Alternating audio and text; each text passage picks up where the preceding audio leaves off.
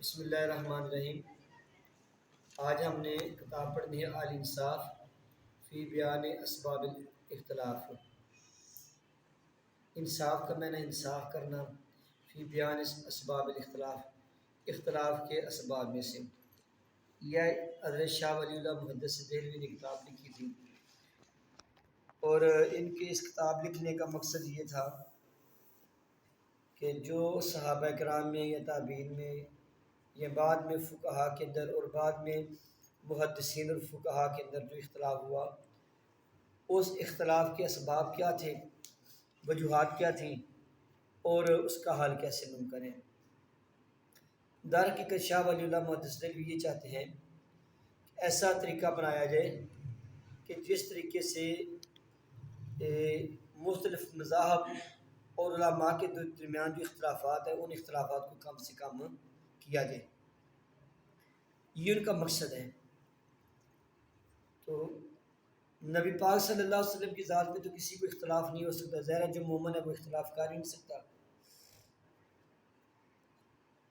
البتہ حضور کی بات سمجھنے میں صحابہ کا اختلاف ہوا تھا، اور اسی سے حضرت شاہ ولی اللہ محدث دہلوی یہ اپنی بات شروع کر رہے ہیں۔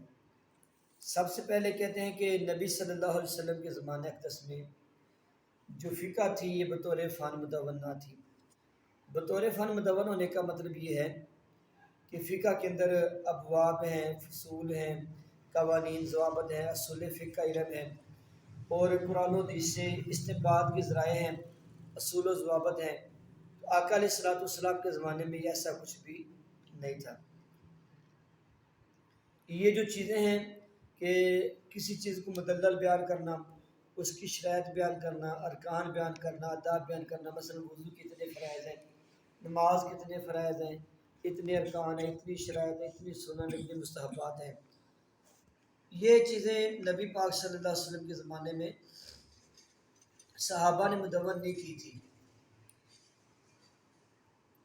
تو جب حضور کے زمانے میں یہ چیزیں باقاعدہ بطور فن یہ چیزیں نہیں تھیں، تو وہاں پر علم سیکھنے سکھانے کا ذریعہ کیا تھا؟ اس میں نبی پاک صلی اللہ علیہ وسلم کا جو اپنے صحابہ کو تعلیم دینے کا طریقہ تھا، اور جو صحابہ کرام حضور سے دیکھتے تھے یا سیکھتے تھے، تو وہ بالکل بڑا سمپل اور سادہ تھا۔ مثلا نبی پاک وضو کرتے تو صحابہ نبی پاک کو وضو کرتا دیکھ کر ویسا وضو کرنے کی کوشش کرتے، نہ وہ فرائض کے پیچھے جاتے، نہ وہ سنن کے پیچھے، نہ وہ مستحبات کے پیچھے، بس وہ یہ دیکھتے کہ سرکار نے یوں وضو کیا، انہوں نے ویسے وضو کر لیا۔ نبی صلی اللہ علیہ وسلم نماز پڑھتے، صحابہ نے جیسے سرکار کو نماز پڑھتے دیکھا تو ویسے صحابہ نے بھی نماز پڑھ لی، نہ انہوں نے یہ چھان پھٹک کی، نہ سرکار سے پوچھا کہ یا رسول اللہ نماز میں کتنے فرض ہیں، کتنے واجب ہیں، کتنی سنتیں ہیں، کتنے مستحبات ہیں، کتنے مکروہات ہیں، کتنے مفسدات ہیں۔ تو یہ نامینیشن نہیں تھی، بس دیکھا کہ سرکار نے یوں نماز پڑھی ہے تو پڑھ لیا۔ نمبر 3 اس میں یہ بات ہے کہ صحابہ کرام نبی پاک سے بہت کم سوالات کیا کرتے تھے، انہیں سوالات کرنے سے غرض نہیں تھی کہ وہ سوال کر کے کہتے تھے یہ کام ہے، یہ کام ہے، یہ وہ کام ہے، بلکہ وہ خاموشی سے ان کی کوشش تھی جو سرکار کریں اس پہ عمل کریں، جو بولیں اس کو بجا لائیں۔ 13 مقامات میں قرآن پاک میں یسألونک آیا ہے، تو یہ 13 مقامات تھے جو عمومی طور پر صحابہ تک منسوب ہیں، کہ اتنے ہزاروں لاکھوں صحابی اور اتنے سال کا عرصہ حضور کی صحبت میں، اور سوالات کتنے؟ 13۔ تو یہ اس چیز کی دلیل تھی کہ صحابہ کرام صرف سرکار کو دیکھتے یا سنتے اس کو بجا لانے کی کوشش کرتے۔ اور پھر حضرت ابن عباس سے یہ بھی مروی ہے کہ صحابہ کرام صرف سود مند سوال کرتے، جب وہ بڑا سوچ سمجھ کے بھی کوئی سوال کرتے تو وہ سوال بڑا سود مند ہوتا ہے، ایسا سوال ہوتا ہے کہ جس میں باقی لوگوں کے لیے فائدہ ہوتا، یعنی کہ فضول سوال نہیں کرتے تھے۔ اسی حوالے سے قاسم یہ بھی ایک صحابی ہیں، جونیئر صحابی ہیں، صحابی صغیر ہیں، تو یہ بات کرتے ہیں کہ اے لوگو تم جیسے ہم سے سوال کرتے ہو نا، تو ہم نبی پاک سے ایسے سوال نہیں کیا کرتے تھے۔ اور پھر عمر بن عصا کہتے کہ میں نے سرکار کے بہت زیادہ صحابہ کو پایا، لیکن جیسے تم نے ہم سے سوالات کے بچھاڑ کرتے ہو، فرضی سوالات بنا لیتے ہو، فرضی صورتیں بنا کے پوچھتے ہو، ایسے ہم سرکار کے صحابہ سے سوالات نہیں کیا کرتے تھے۔ اور پھر عبادہ بن نصی الکندی، ان سے کسی نے سوال کیا اگر کوئی عورت کسی ایسی جگہ پہ فوت ہو جائے کہ جہاں اس کا ولی نہ ہو، تو اب اس کو غسل کسے دیا جائے گا؟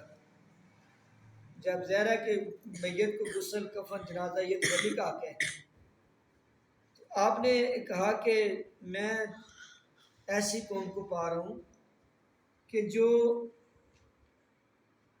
وہ سوالات کرتے ہو جو ہم سوالات نہیں کیا کرتے تھے۔ مقصد یہ کہ انہوں نے ایک فرضی سوال پوچھا تھا، تو یہ صحابہ کرام جو ہے نا، مقصد یہ ہے کہ وہ انہیں فرضی سوالات، مستقبل باتوں سے کوئی غرض نہیں تھی، ان کا مقصود صرف اتنا تھا کہ اللہ کے نبی صلی اللہ علیہ وسلم جو کیا یا فرمایا ہم اس کو بجا لیں۔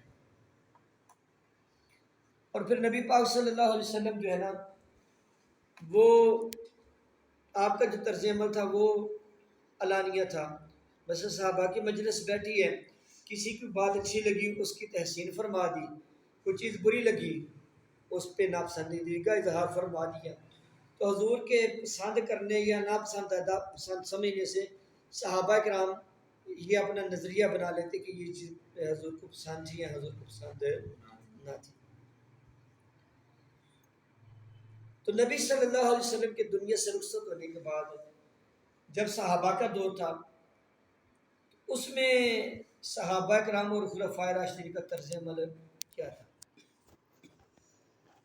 تو صحابہ کرام نے بھی سرکار دو جہاں والا مسئلہ اپنایا کہ وہ ہر مسئلے کو اوپنلی صحابہ میں ڈسکس کرتے۔ مثال کے طور پر حضرت ابوبکر صدیق جو ہے نا، ان سے کسی نے پوچھا جی دادی کے وراثت کے بارے میں کہ دادی کا وراثت میں کتنا حصہ ہے؟ آپ نے صحابہ کے مجمع میں یہ اعلان کیا کہ دوستو مجھے نہیں پتہ، میں نے حضور سے نہیں سنا، آپ میں سے اگر کسی نے سنا ہو کہ دادی کو وراثت کا کتنا حصہ ملتا ہے تو مجھے بتا دیں۔ حضرت مغیرہ بن شعبہ نے یہ بتایا کہ حضور نے دادی کا چھٹا حصہ مقرر کیا تھا۔ تو جناب صدیق اکبر نے کہا کہ ایسا بندہ ہے کہ جو مغیرہ بن شعبہ کی تائید کرے کہ واقعی حضور نے فرمایا تھا۔ تو محمد بن مسلمہ یہ کھڑے ہوئے، انہوں نے کہا جی کہ ہاں جی میں اس چیز کی گواہی دیتا ہوں۔ محمد بن مسلمہ لفظ ہے، مسلمہ نہیں مسلمہ۔ انہوں نے کہا جی کہ میں گواہی دیتا ہوں کہ حضور نے واقعہ ایسا فرمایا تھا۔ تو دو بندوں کی گواہی سن کے جناب ابوبکر صدیق نے دادی کے حق میں چھٹا حصے کا فیصلہ کر دیا۔ یعنی کہ وہ انہوں نے بس یہ تسلی کی کہ واقعی سرکار کا فرمان ہے، اس کے بعد کچھ نہیں سوچا اور اس کے مطابق فیصلہ کر دیا۔ ایسے ہی حضرت عمر سے غرہ کے بارے میں پوچھا گیا۔ غرہ کہتے ہیں جنین کی دیت، جنین کہتے ہیں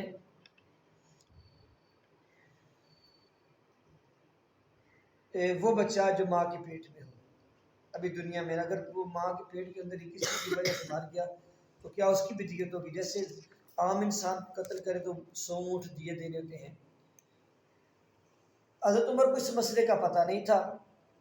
حضرت عمر نے صحابہ کے مجمع میں پوچھا جی کسی کو پتہ ہے؟ تو حضرت مغیرہ بن شعبہ نے کہا تھا کہ یا عمر، سرکار نے واقعتاً جنین کی دیت دی تھی۔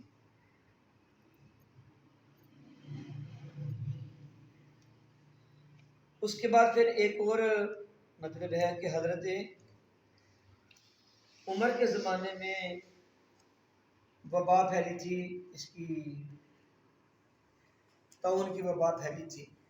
حضرت عمر فاروق رضی اللہ تعالیٰ عنہ جو ہے نا، یہ جا رہے تھے شام کی طرف، تو وہاں پر طاعون کا مرض پھیلا ہوا تھا۔ تو جب وہاں سے خبریں کہ طاعون کا مرض پھیلا ہوا ہے، حضرت عمر فاروق وہاں پہ جا رہے ہیں، آپ نے اس حوالے سے صحابہ سے پوچھا جی کسی کے پاس مجھے علم نہیں ہے کہ سرکار کے اس حوالے سے کیا کوئی رہنمائی تھی؟ عبد الرحمن ابن عوف بولے جی اللہ کے نبی نے فرمایا تھا کہ جس جگہ وبائی مرض پھیلا ہو وہاں سے ایسے بھاگو جیسے بندہ شیر سے بھاگتا ہے۔ تو حضرت عبد الرحمن ابن عوف کی بات سن کر حضرت عمر فاروق نے وہاں پر جانے کا ارادہ ترک کر دیا اور مصیبت زدہ علاقے میں نہ گئے۔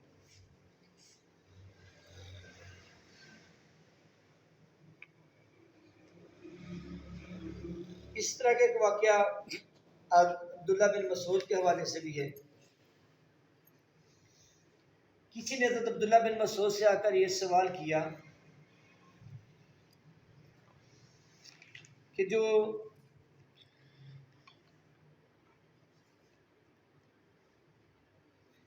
ایک عورت ہے، عورت کو طلاق ہوئی ہے،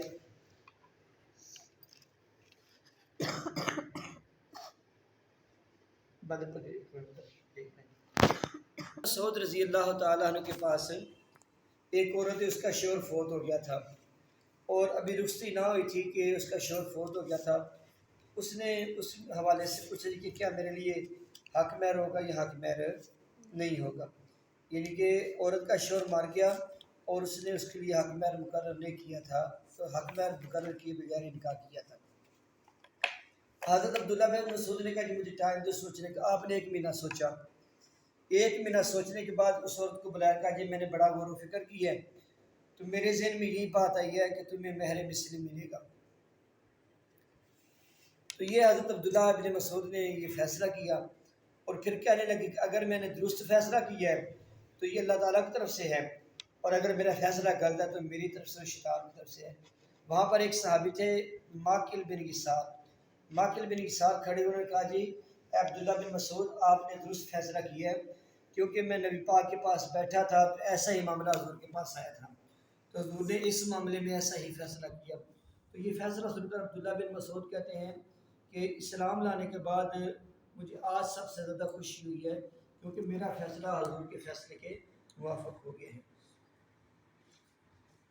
ایسے بیٹا حضرت ابو موسیٰ اشعری کے حوالے سے، حضرت ابو موسیٰ اشعری حضرت عمر کو ملنے گئے تھے۔ جب حضرت عمر کو ملنے گئے، دروازے پہ ایک مرتبہ دستک کی، چپ کر کے پھر تھوڑی دیر بعد دوسری دستک دی، پھر تیسری، 3 دستک دینے کے بعد بھی حضرت عمر باہر نہ آئے تو حضرت ابو موسیٰ اشعری واپس چل پڑے۔ اسی طرح حضرت عمر نے اپنے غلام کو بھیجا، جو دستک دے رہا بلا لو، پتہ کیا وہ ابو موسیٰ اشعری تھے اور واپس جا رہے ہیں۔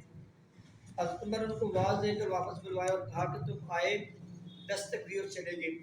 ابو موسیٰ اشعری کہتے ہیں میں نے نبی پاک سے سنا ہے کہ جب تم کسی کے گھر جاؤ 3 مرتبہ دستک دو، اگر تم دروازہ کھولے تو ٹھیک ہے، نہ کھولے تو واپس چلے جاؤ۔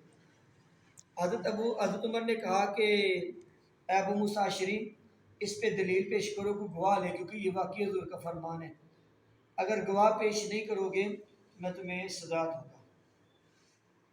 تو جناب حضرت ابو موسیٰ اشعری وہاں سے نکلے اور مسجد نبوی میں صحابہ بیٹھے ہوئے تھے، تو وہاں قاضی ساری بات سنائی، آپ نے فرمایا کہ میری گواہی دے گا۔ ایک صحابی تھے، وہ کم عمر تھے، وہ کھڑے ہو گئے، انہوں نے کہا جی یا عمر میں گواہی دیتا ہوں کہ واقعی حضور نے یہ چیز فرمائی تھی۔ اس کا مطلب یہ نہیں تھا کہ حضرت عمر حضرت ابو موسیٰ اشعری کو جھوٹا سمجھتے تھے، بلکہ حضرت عمر کا یہ مقصد تھا کہ ایک معیار قائم کر دیں کہ ہر بات کو حضور کی حدیث سمجھ کے قبول نہ کریں، بلکہ علم اصول حدیث کی انہوں نے بنیاد رکھی تھی کہ حدیث کے راوی کے بارے میں چھار پھٹک کر کے پھر حدیث کے بارے میں فیصلہ کریں کہ یہ حدیث اس درجے کی ہے۔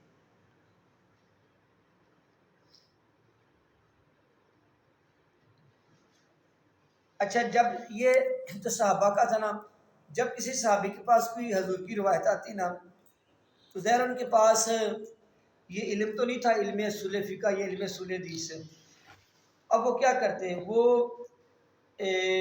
قرائن کی مدد سے اندازہ لگا کر اس کے اسباب، اس کی باحت استحباب، یہ اس کو نصح پر محمول کرتے ہیں، اور اس سارے کام کے لیے وہ اپنے وجدان پر، اپنے دل کی بات پر غور کرتے کہ ہمارا دل اس بارے میں کیا کہتا ہے۔ تو جو ان کا دل ایمان کہتا تو وہ نبی پاک کی حدیث کو اس معنی پر محمول کر لیا کرتے تھے۔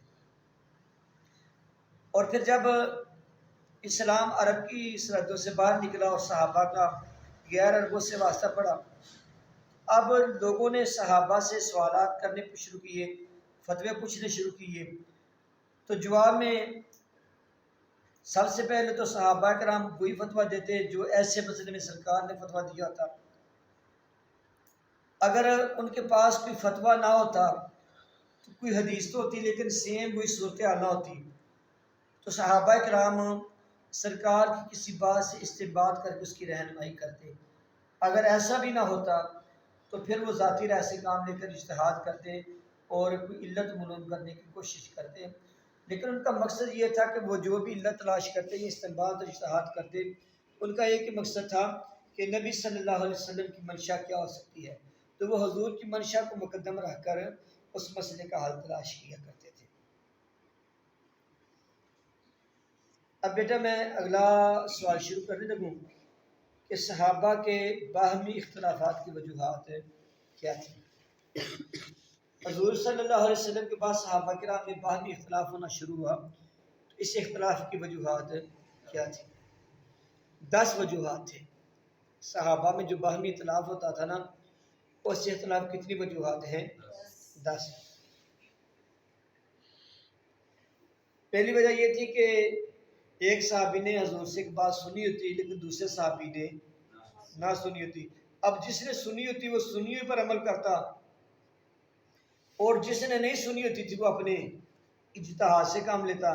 اگر اجتہاد اور وہ سنی ہوئی بات برابر ہو جاتی تو اللہ کا شکر ادا کرتے، اگر برابر نہ ہوتی تو پھر وہ آگے آتا کر جو بھی کر لیا کرتے تھے۔ اختلاف کا جو پہلا سبب شاہ ولی اللہ نے بیان کیا وہ یہ بیان کیا ہے کہ کچھ صحابہ سرکار کا فرمان سنتے اور کچھ نہ سنتے، جو سنتے وہ تو اس پر پابند ہوتے اور جو نہ سنتے وہ اس حوالے سے کنفیوژن کا شکار ہوتے۔ نمبر وہ جو عبداللہ بن مسعود اور ماکل بن یسار کا میں نے پہلے واقعہ بیان کیا ہے، تو وہ اسی قبیل سے کہ عبداللہ بن مسعود نے حضور کا فرمان نہیں سنا تھا لیکن ماکل نے سنا ہوا تھا۔ دوسرا سبب کہ 2 صحابہ باہمی بحث میں یا مناظرے میں کوئی ایسی حدیث کو سامنے لے آتے کہ جس کی صحت کا ظن گمان غالب ہوتا، یعنی کہ 2 صحابہ کسی مسئلے میں بحث کر رہے ہوتے اور پھر ایک حدیث آ جاتی جس حدیث کی بنیاد پر پتہ چلتا کہ یہ حدیث درست ہے، تو اس حدیث پر عمل کرتے اور اس حدیث پر عمل کر کے اجتہاد کو قیاس پہ استنباط کو ترک کر دیتے، جیسا کہ حضرت ابو ہریرہ رضی اللہ تعالی آپ نے اپنا اجتہاد کیا تھا کہ جو بندہ صبح جنبی حالت میں کرے، حالت جنابت میں کرے، یہ حضرت ابو ہریرہ کا اپنا ذاتی اجتہاد تھا کہ جو بندہ حالت جنابت میں صبح کرے اس کا روزہ نہیں ہے۔ جب یہ بات حضور کی ازواج نے سنی، نبی یہ حضرت عائشہ صدیقہ تھی، جب انہوں نے یہ بات سنی انہوں نے کہا جی کہ یہ تو غلط بات کر رہے ہیں، کیونکہ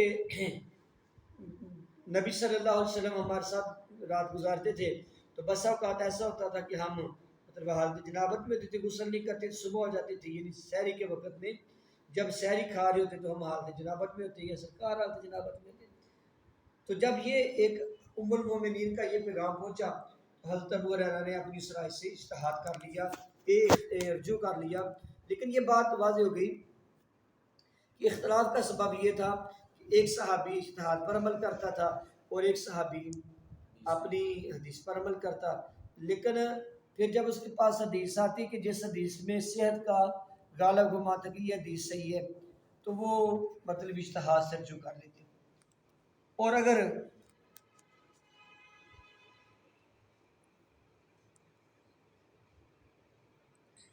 کسی صحابی کے پاس حدیث پہنچی اور حدیث ایسی تھی کہ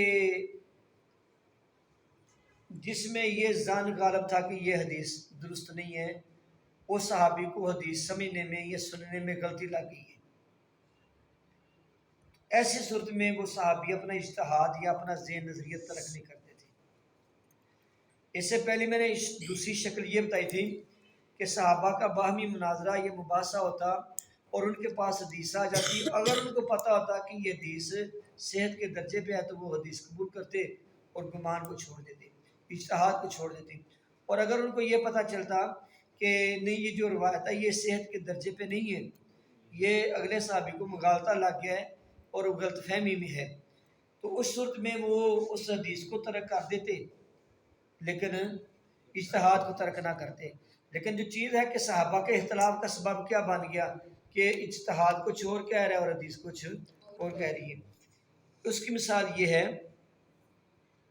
کہ فاطمہ بنت قیس ایک صحابیہ تھی. ان کو جب 3 طلاقیں ہوئیں تو نبی صلی اللہ علیہ وسلم نے نہ ان کا نفقہ مقرر کیا نہ سکنا مقرر کیا. تو 3 طلاقوں کے بعد عورت کے لیے نفقہ اور سکنا یہ مرد کی ذمہ داری کہ مرد رہائش بھی دے خرچہ بھی دے. اب وہ جو فاطمہ بنت قیس ہے نا وہ یہ کہا کرتی تھی کہ طلاق کے اندر نہ نفقہ ہے نہ سکنا ہے عدت کے دوران، کیونکہ حضور نے میرا نہیں مقرر کیا تھا. جب حضرت عمر نے یہ بات سنی، حضرت عمر نے کہا کہ ہم کسی عورت کے ایک بات کی وجہ سے اللہ کی کتاب کو نہیں چھوڑ سکتے، کیونکہ قرآن پاک نے تو عورت کے لیے کہا ہے کہ عورت کو واسکنوہن من حیث سکنتم، کہ ان کو وہاں رہائش دو جہاں تمہاری اپنی رہائش ہے. تو قرآن پاک نے یہ ان کو مطلب حق دیا اور ان کے لیے سکنے کا. تو ظاہر ہے اس بات کی بنیاد پر حضرت عمر نے یہ کہا تھا کہ ہم عورت کے قول کی وجہ سے اللہ کی کتاب اور نبی کی سنت کو نہیں چھوڑ سکتے. اور جب حضرت عائشہ نے اس کی یہ بات سنی، حضرت عائشہ نے یہ کہا یا فاطمہ تو اللہ تتق اللہ، اے فاطمہ کیا تو اللہ سے ڈرتی نہیں ہے کہ خدا کا حکم کرو؟ تم کون سا مسئلہ بیان کر رہی ہے جب اللہ نے اس کے رسول نے طلاق والی عورت کے لیے سکنا اور عدت سکنا اور نفقہ رکھا ہے عدت میں، تم کیوں منع کرتی ہے؟ تیسری اختلاف کی وجہ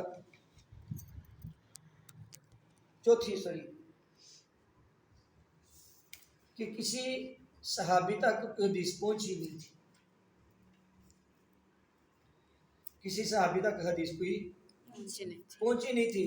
جب حدیث نہیں پہنچی انہوں نے اپنے ذہن سے ایک مسئلہ بنا لیا. جیسے حضرت ابن عمر جو ہے نا وہ عورتوں کو کہا کرتے تھے کہ جب وہ ساتھ تو ہیں تو اپنے سر کی ایک بال کو مکمل دیں. تو حالانکہ عورتیں ایسا نہیں کرتی تھی. تو جب حضرت عائشہ صدیقہ نے یہ بات سنی کہ ابن عمر یہ فتویٰ دیتے ہیں کہ جب عورتیں غسل کریں اور بال دھونا چاہیں تو پورے بالوں کو مکمل دیں، حضرت عائشہ کہنے لگی یا عجباً ابن عمر، ابن عمر پر تعجب ہے کہ وہ ابن عمر یہ چاہتے ہیں کہ عورتیں اپنے سر منڈا دیں، یعنی عورتیں ننگی ہو جائیں. پھر حضرت کہنے لگے کہ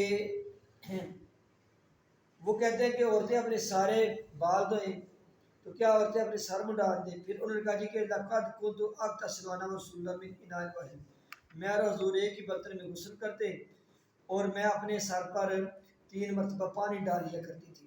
مطلب بالوں کی جڑ اور سر کو دھونا تو فرض ہے، جو اوپر بال ان کو دھونا یہ فرض نہیں ہے. اب اس میں اختلاف کی وجہ یہ بنی کہ حضرت عمر تک روایت پہنچی نہیں تھی. جب روایت نہیں پہنچی تو انہوں نے لوگوں کو اپنی رائے سے مسئلہ یہ بتا دیا. 5ویں صورت اس کی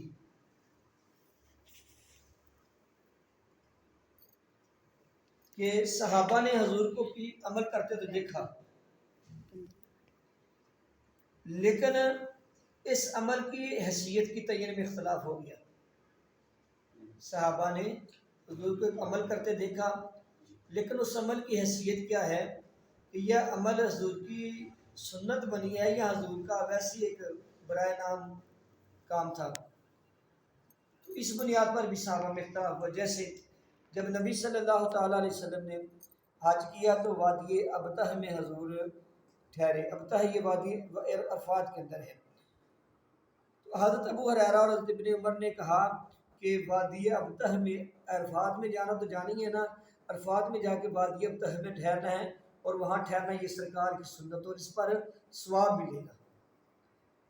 تو حضرت عائشہ صدیقہ جو ہے نا انہوں نے اور حضرت ابن عباس نے کہا کہ حضور وہاں وادی ابتح میں ٹھہرے تھے لیکن وہاں پہ ٹھہرنا اس لیے نہیں تھا کہ حضور نے اس کو حج کا حصہ بنایا ہے، بلکہ وہ تو ایک گزر رہے تھے، ٹائم آگے ادھر رک گئی، وہ تو اتفاقی امر تھا، کوئی سنت نہیں تھی. اب بات تو ایک ہی ہے، دیکھا حضرت ابو ہریرہ اور حضرت ابن عمر نے بھی، اور دیکھا حضرت عائشہ صدیقہ نے اور حضرت ابن عباس نے بھی. حضرت ابن عباس اور حضرت عائشہ نے اس کو ایک اتفاقی کام سمجھا کہ چلتے چلتے بندہ کہیں پر رک جاتا ہے. حضرت ابو ہریرہ اور حضرت ابن عمر نے اس کو حج کا ایک حصہ سمجھا. تو ایسا بھی ہوتا ہے کہ حدیث ہوتی ہے لیکن اس حدیث کی تعین میں اختلاف ہو جاتا ہے. جائیے داخلہ بند ہو جائے گا.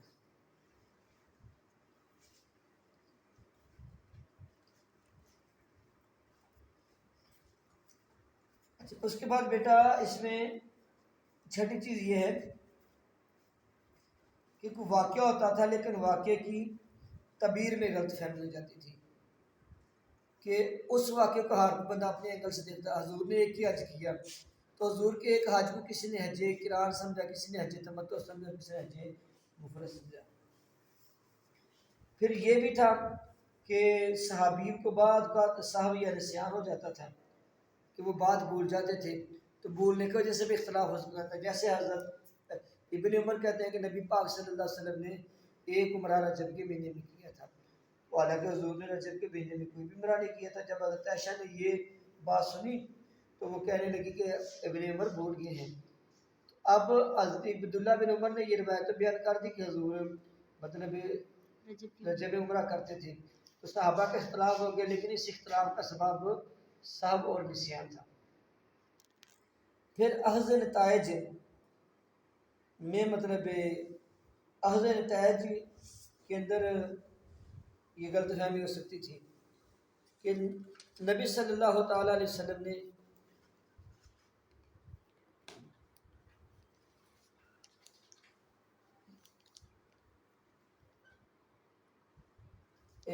نتیجہ حاصل کرنے میں غلطی ہو سکتی. جیسے نبی صلی اللہ علیہ وسلم نے جب مدینے سے حج کرنے کے لیے چلے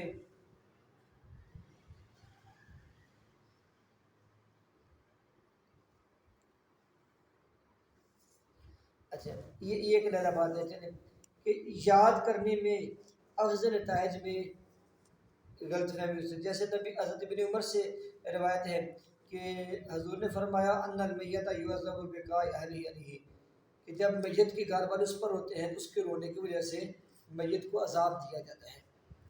جب میت کے گھر والے اس پر روتے ہیں تو مطلب اس میں اس میت کو عذاب دیا جاتا ہے. اب دیکھیں یہ بات عجیب نہیں ہے کہ میت تو مر گئی ہے تو رو رہے کہ اس نے کہا کہ مجھ پہ رو, اس نے نہ کہا رو مجھ پر.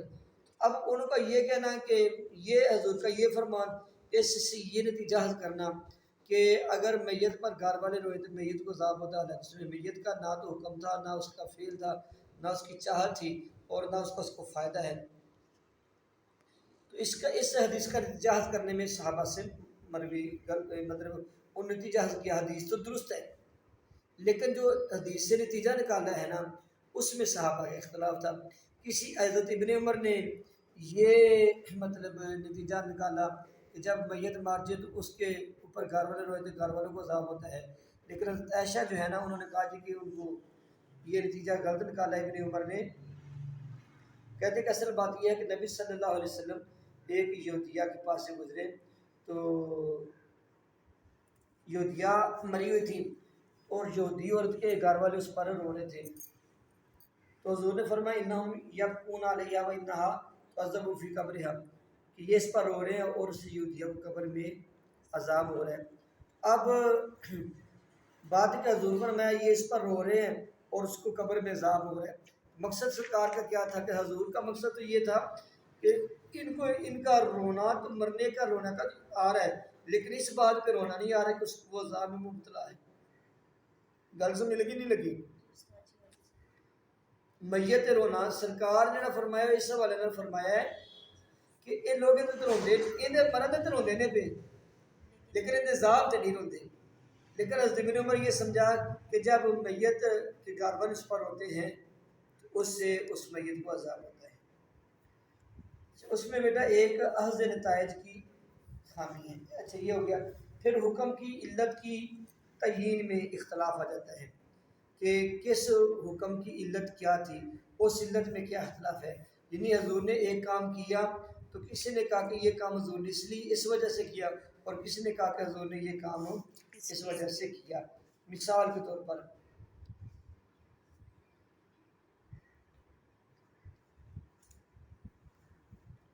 نبی صلی اللہ علیہ وسلم یہ جنازے کے پاس نا کھڑے ہونے کا مسئلہ ہے. کہ جب جنازہ گزرے تو کیا جنازے کے لیے کھڑا ہوا جاتا ہے یا نہیں کھڑا ہوا جاتا؟ اب اس میں نبی صلی اللہ علیہ وسلم کا جو طرز عمل تھا وہ یہ تھا کہ جب بھی جنازہ آتا تو حضور کھڑے ہو جاتے تھے. مسلمان کا جنازہ آتا یا یہودی کا یا کافر کا جنازہ آتا تو لوگوں نے عام صحابہ نے سے یہ مسئلہ سمجھا کہ چاہے کوئی مسلمان ہے چاہے کافر ہے، جب جنازہ ہے تو جنازہ دے کر کھڑا ہونا چاہیے. امام حسن رضی اللہ تعالیٰ نے جب آپ کے پاس یہ بات آئی تو آپ نے کہا کہ لوگوں نے غلط سمجھا ہے. جو حضور صلی اللہ علیہ وسلم یہودی کے جنازے کو دیکھ کر کھڑے ہوئے تھے نا تو حضور اس لیے کھڑے ہوئے تھے کہ ایسا نہ ہو کہ یہودی کا جنازہ میں نبی کے سر سے اونچا ہو جائے. تو حضور یہودی کے جنازے کو اپنے سر سے اونچا نہیں دیکھنا چاہتے تھے. حضور اس لیے کھڑے ہوئے تھے، میت کے احترام میں کھڑے نہیں ہوتے تھے. اب حضور کھڑے تو رہے لیکن کھڑے ہونے کی علت دوسرے صحابہ نے یہ نکالی کہ یہ جو میت کے لیے کھڑا ہوا جا رہا ہے یہ میت کے احترام میں، چاہے وہ مسلمان ہے چاہے وہ کافر ہے. اور امام حسن مجتبیٰ علیہ السلام نے یہ نکالی کہ مسلمان کی تو بطور احترام ہے اور کافر کی اس لیے کہ کافر کی جو میت ہے جسم ہے وہ نبی سے اونچی نہ ہو. اچھا بیٹا 10ویں اس کی یہ ہے کہ دو مختلف حکموں کے درمیان موافقت نہ کر سکنا. دو مختلف حکموں کے درمیان موافقت نہ کر سکنا یہ چیز بھی صحابہ میں اختلاف کی وجہ بنی. مثلا نبی صلی اللہ علیہ وسلم نے خیبر والے دن متع کی اجازت دی، متع عارضی نکاح ہوتا ہے، اور پھر حضور نے منع کر دیا. پھر حضور نے اتاس والے سال اس کی اجازت دی، پھر اسے منع کر دیا. اب حضرت ابن عباس کہتے ہیں کہ جو حضور نے رخصت دی تھی نا وہ ضرورت کی پیش نظر دی تھی، اور جو نہیں ہے وہ تب ہوگی جب ضرورت آئے گی. اب حضور نے یہ حکم باقی رکھا ہے، یہ حکم منسوخ نہیں ہوا. تو حضور باقی جمہور کہتے ہیں کہ نہیں، رخصت مباح تھی اور نہیں نسخ کے لیے تھی. مطلب اس میں صحابہ کا اور حضرت ابن عباس کا اختلاف ہو گیا. تو بات ایک تھی لیکن دو مختلف چیزوں کو جمع کرنے میں صحابہ کا آپس میں اختلاف ہو گیا. یہاں تک بیٹا بات تھی کہ صحابہ کرام کے اختلاف کی. اب اگلی بات ہے تابعین کی اختلاف کی، کہ جیسے صحابہ میں اختلاف ہوا ویسے ہی تابعین میں اختلاف ہوا. اس سوال کا بیٹا آسان جواب یہ ہے کہ جو تابعی جس صحابی کا شاگرد تھا اس نے اپنے استاد کی بات کو مانا، اور جو صحابی کسی دوسرے کا شاگرد تھا اس نے اپنے استاد کی بات کو مانا، تو وہ جو صحابہ کا اختلاف تھا نا بین ہی وہ نیچے تابعین میں آ گیا. اب تھوڑا سا یہ بتا دوں کہ کون سے تابعی کے صحابی کے پیروکار تھے. مدینے کے اندر سعید بن مسیب، سالم بن عبداللہ بن عمر، اور پھر بعد میں امام زہری اور قاضی یحییٰ بن سعید، یہ سارے شاگرد تھے حضرت عبداللہ بن عمر کے. اور مدینے کے دو مفتی تھے وہ حضرت عبداللہ بن عمر تھے. تو جو حضرت عبداللہ بن زید عمر کا اپنا ذہن نظریہ اور اجتہاد تھا، وہی ذہن نظریہ اجتہاد ان کے شاگرد سعید بن مسیب اور سالم بن عبداللہ بن عمر کا بنا. مکے کے اندر عطا بن ابی رباح تھے، اور عطا بن ابی رباح جو ہے نا یہ شاگرد تھے حضرت ابن عباس. حضرت ابن عباس جو ہے نا یہ مکے کے اندر انہوں نے مسند فتویٰ سنبھالی تھی. اس کے علاوہ طاؤس بھی ہیں، اس کے علاوہ اکرمہ بھی ہیں. یہ جو ہے نا یہ مکے کے اندر تھے اور یہ حضرت ابن عباس کے شاگرد تھے. تو جو حضرت ابن عباس کو فالو کرنے والے تھے وہ مکے والے تھے. پھر کوفے کے اندر ابراہیم النخعی اور امام شعبہ، امام ابو حنیفہ یہ تابعی تھے، اور یہ شاگرد تھے حضرت عبداللہ بن مسعود کی. حضرت عبداللہ بن مسعود ایک فقیہ صحابی ہیں، ان کے یہ شاگرد تھے. ان کی شاگردی میں مطلب جو ان کا ذہن نظریہ تھا وہی ذہن نظریہ آگے ان کا تابعین کا بھی آ گیا. پھر بصرہ کے اندر امام حسن بصری تھے. امام حسن بصری بذات خود جو ہے نا یہ سینئر تابعی تھے اور انہوں نے اپنے مذہب کو خود میں رکھی تھی. پھر یمن کے اندر طاؤس بن کیسان تھے. کیسان جو ہے نا یہ طاؤس بن کیسان یہ اب وہاں پہ حضرت علی اور معاذ بن جبل رہتے تھے، ان کو انہوں نے فالو کیا. پھر شام کے اندر امام مقبول تھے. تو یہ بیٹا تابعین کے بھی آپس میں اختلاف تھے، اور تابعین میں نے بتا دیا کہ وہ تابعین جو مکے مدینے میں تھے جیسے سعید بن مسیب جو مکے میں تھے، جیسے عطا بن ابی رباح جو کوفے میں تھے، جیسے ابراہیم نخعی جو بصرہ میں تھے، جیسے حسن بصری، جیسے یمن میں طاؤس بن کیسان، اور جیسے شام کے اندر امام مقبول تھے. اب اہل مدینہ جو ہے نا ان کا طریقہ کار کیا تھا؟ آخری بیٹا اس بات کا آخری جو ہے وہ یہ تھا کہ اہل حرمان جو ہے نا وہ سعید بن مسیب کہتے ہیں کہ پوری دنیا میں جو اہل حرمان ہے اور اہل حرمان میں جو مدینے والے ہیں یہ تفقع میں سب سے زیادہ بلند مقام رکھتے ہیں، اور ان کے سوچ کے منابع ابن عمر، حضرت عائشہ، حضرت عثمان اور ابن عباس ہیں، اور یہ صحابہ جو تابعین ہیں ان صحابہ کے فتاویٰ کو جمع کرتے اور ان فتاویٰ کو مضبوطی سے تھام کے رکھتے تھے، اور پھر اگر ان صحابہ کے آپس میں اگر باہمی فتاویٰ میں اختلاف ہو جاتا تو یہ ان میں جو مضبوط ہوتا قوی تھا اس کو لے لیتے، جو کمزور ہوتا اس کو چھوڑ دیتے۔